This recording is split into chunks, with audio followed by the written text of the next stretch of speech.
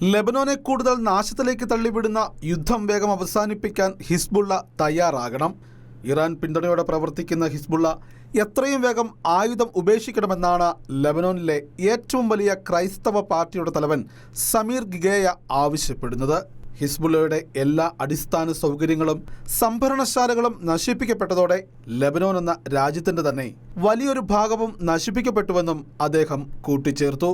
2023 October 7 Hamas ഭീകരാക്രമണത്തെ തുടർന്ന് ആരംഭിച്ച ഇസ്രായേൽ ഹമാസ് യുദ്ധത്തിൽ ഹമാസിനോട് ഐക്യദാർഢ്യം പ്രകടിപ്പിച്ചുകൊണ്ട് ഇസ്രായേലിനെതിരെ ഹിസ്ബുള്ള തുടങ്ങിവെച്ച യുദ്ധം ലെബനോനെ ഏകപക്ഷീയമായി യുദ്ധക്കെടുതിയിലേക്ക് വലിച്ചിഴച്ചതായി ലെബനോനിലെ ഹിസ്ബുള്ള വിമർശകർ ഒന്നടങ്കം പറയുകയാണ്. ലെബനോനിൽ നിന്നും ഹിസ്ബുള്ളയ്ക്കെതിരെ കടുത്ത പ്രതിഷേധങ്ങളാണ് ഉയരുന്നത്. ലെബനോന്റെ തെക്ക് കിഴക്കൻ ബെക്ക താഴ്വര, ബെയ്റൂട്ടിന്റെ തെക്കൻ പ്രദേശങ്ങൾ എന്നിവിടങ്ങളിൽ നിന്നും 1.2 ദശലക്ഷത്തിലധികം ആളുകളാണ് ഇസ്രായേൽ സൈന്യത്തിന്റെ മുന്നറിയിപ്പിനെ തുടർന്ന് പലായനം ചെയ്തിരിക്കുന്നത്.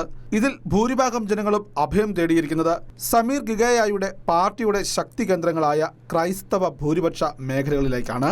ഈ യുദ്ധത്തിൽ നേട്ടമുണ്ടാക്കുന്നത് ഇസ്രായേൽ ആയിരിക്കുമെന്നും സമീർ ഗിഗേയ വ്യക്തമാക്കുന്നു.